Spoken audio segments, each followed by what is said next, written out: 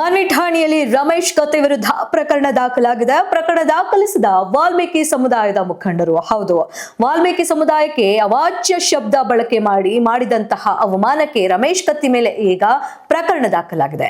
ಕ್ಷಮೆ ಯಾಚಿಸಬೇಕು. ಬೇಡರ ಸಮಿತಿ ರಾಜ್ಯಾಧ್ಯಕ್ಷ ಅಂಬಣ್ಣ ನಾಯಕ ಈ ರೀತಿಯಾಗಿ ಒತ್ತಾಯವನ್ನು ಸಹ ಮಾಡ್ತಾ ಇದ್ದಾರೆ.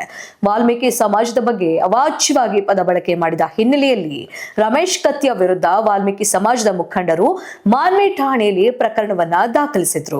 ಆದ್ರೆ ರಾಯಚೂರು ಜಿಲ್ಲೆಯ ಮಾನ್ವಿ ಪಟ್ಟಣದ ಪೊಲೀಸ್ ಠಾಣೆಯಲ್ಲಿ ವಾಲ್ಮೀಕಿ ಸಮಾಜದ ಮುಖಂಡರು ದಾಖಲಿಸಿದಂತಹ ಪ್ರಕರಣದ ಮೇರೆಗೆ ಜಮಾವಣೆಗೊಂಡು ಡಿಸಿಸಿ ಬ್ಯಾಂಕ್ ಚುನಾವಣೆ ಸಂಬಂಧವಾಗಿ ವಾಲ್ಮೀಕಿ ಸಮಾಜಕ್ಕೆ ಕೆಟ್ಟದಾಗಿ ಅವಾಚ್ಯ ಶಬ್ದ ಬಳಕೆ ಮಾಡಿದ್ದರಿಂದ ಪ್ರಕರಣವನ್ನ ದಾಖಲಿಸಲಾಗಿದೆ ಅಂತಲೂ ಕೂಡ ಬೇಡರ ಸಮಿತಿ ರಾಜ್ಯಾಧ್ಯಕ್ಷ ಅಂಬಣ್ಣ ನಾಯಕ ಮಾಧ್ಯಮಕ್ಕೆ ತಿಳಿಸಿದ್ದಾರೆ. ಆದ್ರೂ ಏನೇ ಆದ್ರೂ ಕೂಡ ರಾಜಕೀಯ ಸಂದರ್ಭದಲ್ಲಿ ರಾಜಕೀಯ ಮಾಡಿ ಕತ್ತಿ ಅವರೇ ಅದು ಬಿಟ್ಟು ಸಮುದಾಯಕ್ಕೆ ಕೆಟ್ಟ ಪದ ಬಳಕೆ ಮಾಡುವುದು ಎಷ್ಟರ ಮಟ್ಟಿಗೆ ಸರಿ?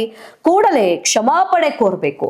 ಒಂದು ವೇಳೆ ನಿರ್ಲಕ್ಷ್ಯ ತೋರಿದ ಆದಲ್ಲಿ ರಾಜ್ಯಾದ್ಯಂತ ಉಗ್ರವಾಗಿ ಪ್ರತಿಭಟನೆ ನಡೆಸಲಾಗುತ್ತದೆ ಅಂತ ಮಾಜಿ ಯೋಧ ಆಂಜನೇಯ ನಾಯಕ ಎಚ್ಚರಿಕೆಯನ್ನು ಸಹ ನೀಡಿದ್ದಾರೆ.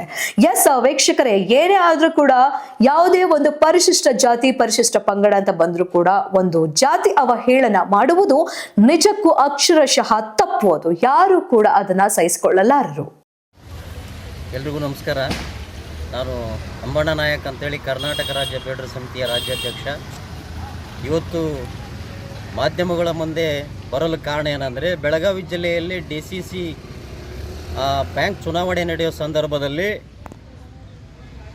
ರಮೇಶ್ ಕತ್ತಿ ಅನ್ನುವಂಥ ಕತ್ತೆ ಬುದ್ಧಿ ಇರತಕ್ಕಂಥ ಒಬ್ಬ ರಮೇಶ್ ಕತ್ತಿ ಅನ್ನುವಂಥ ಒಬ್ಬ ವ್ಯಕ್ತಿ ಕರ್ನಾಟಕದಲ್ಲಿ ಸುಮಾರು 80 ಲಕ್ಷ ಜನ ಇರತಕ್ಕಂಥ ಒಂದು ಸಮಾಜದ ಬಗ್ಗೆ ಅವಹೇಳನಕಾರಿ ಮಾತಾಡಿದ್ದಾನೆ. ಅದಕ್ಕಾಗಿ ನಾವು ಇವತ್ತು ಮಾನ್ವಿ ಪೊಲೀಸ್ ಸ್ಟೇಷನ್ದಲ್ಲಿ ಅವರ ವಿರುದ್ಧ FIR ಒಂದು ಕೇಸು ದಾಖಲೆ ಮಾಡಿಸಿ ಅಟ್ರಾಸಿಟಿ ಕೇಸು ಮಾಡಲು ಒತ್ತಾಯ ಮಾಡಿದ್ದೇವೆ ಇವತ್ತು ನಾವು. ಅಲ್ಲ ಸರ್, ಈ ರೀತಿ ಯಾವ ರೀತಿ ವಿವಾದಾತ್ಮಕ ಹೇಳಿಕೆ ಕೊಟ್ಟಿದ್ದಾರೆ ಸರ್?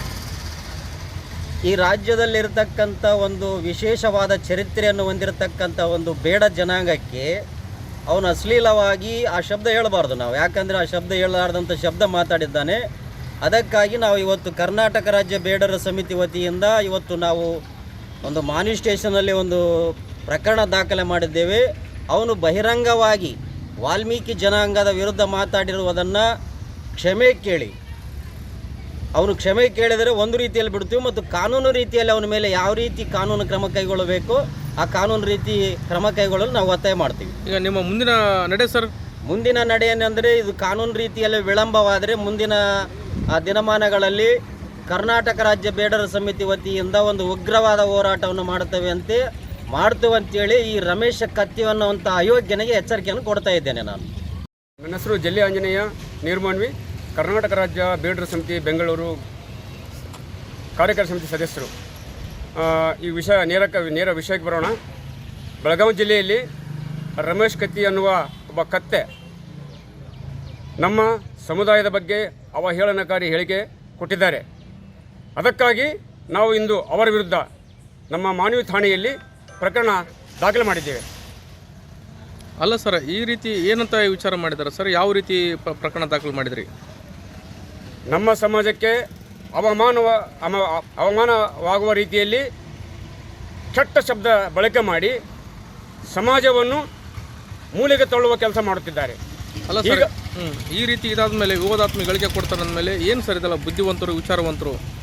ಬುದ್ಧಿವಂತರು ವಿಚಾರವಂತರು ಅವರ ಪರವಾಗಿ ಹೇಳುವ ಸಂಗತಿಯಲ್ಲಿದ್ದಾರೆ.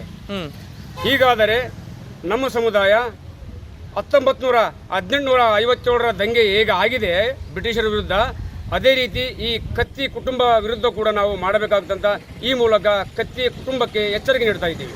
ಅಲ್ಲ, ನಿಮ್ಮ ಮುಂದಿನ ನಡೆ ಮಾನ್ವಿ ಠಾಣೆಯಲ್ಲಿ ಪ್ರಕರಣ ದಾಖಲು ಮಾಡಿದ್ರಾ ಸರ್? ನಾವು ಇಂದು ನಮ್ಮ ವಾಲ್ಮೀಕಿ ಸಮುದಾಯ ಸಂಘಟನೆ ಜೊತೆ ನಮ್ಮ ಕರ್ನಾಟಕ ರಾಜ್ಯ ಬೇಡರ ಸಮಿತಿ ಕಡೆಯಿಂದ ಇವತ್ತು ಅವರ ವಿರುದ್ಧ ಪ್ರಕರಣ ದಾಖಲು ಮಾಡಿದ್ದೇವೆ. ಈಗ ನಿಮ್ಮ ಮುಂದಿನ ನಡೆ ಸರ್? ಮುಂದಿನ ನಡೆ ಅವರ ವಿರುದ್ಧ ಅವರಿಗೆ ಕಠಿಣ ಶಿಕ್ಷೆ ಆಗುವವರೆಗೂ ನಾವು ಹೋರಾಟ ಬಿಡುವುದಿಲ್ಲ.